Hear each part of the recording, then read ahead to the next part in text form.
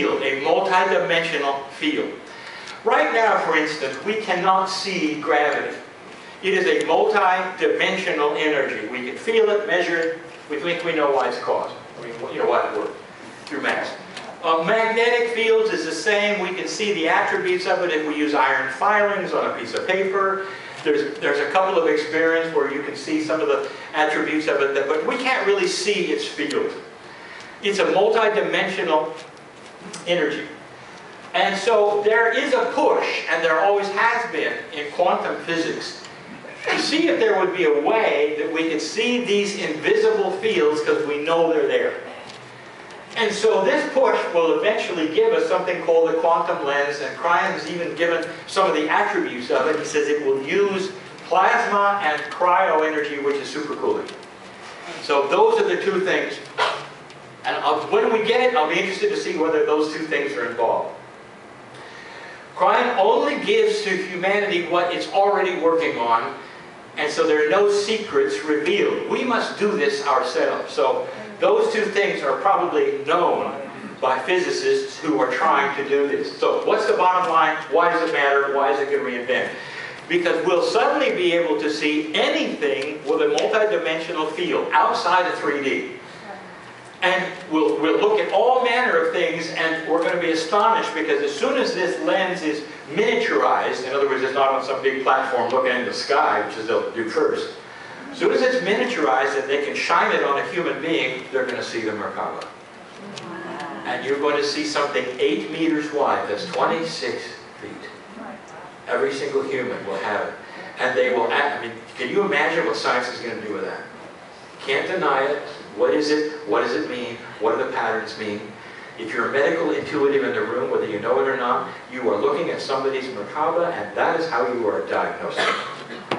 Because it's all written there in a quantum way in our DNA field. What's wrong with this? What's right with this? What's the balance? What's the imbalance? Some of you can even see Akashic information if you're a past life reader. This is what you're doing. You're picking this up from a human being. So this is important. So what happens if they pointed, for instance, at the sun? This is where we get on the astrology thing. So here we go. We're pointing it at the sun. Do you think the sun might have multidimensional quantum patterning in it based upon the push and pull of the planets that are constantly pulling at it? Yeah. The answer is yes. Kryon has talked about this. We know that the sun is affected greatly by the gravity, the pulling of especially the big planets, but all of them to some degree.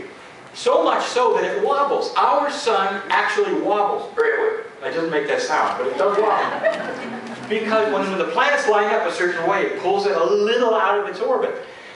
We know this so profoundly has this been noticed that this is how we are now discovering new planets around other stars. I don't know if you knew this. When I was born, they had no idea that there might be other planets in the universe, in the galaxy. Can you imagine? It's like being on a beach and looking at it and going, you know, because you don't travel, I wonder if this exists anywhere else on the planet.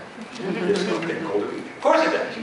Everywhere. So we're now finding that what we have in our solar system is everywhere. They've discovered over 1,000 new planets.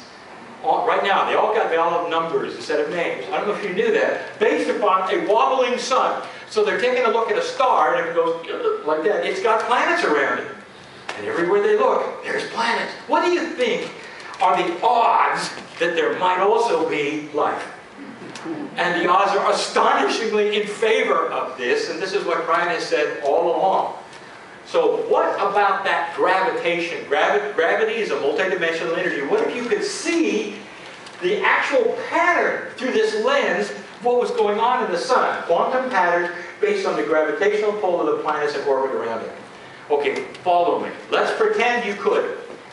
And that means that the sun has quantum information based upon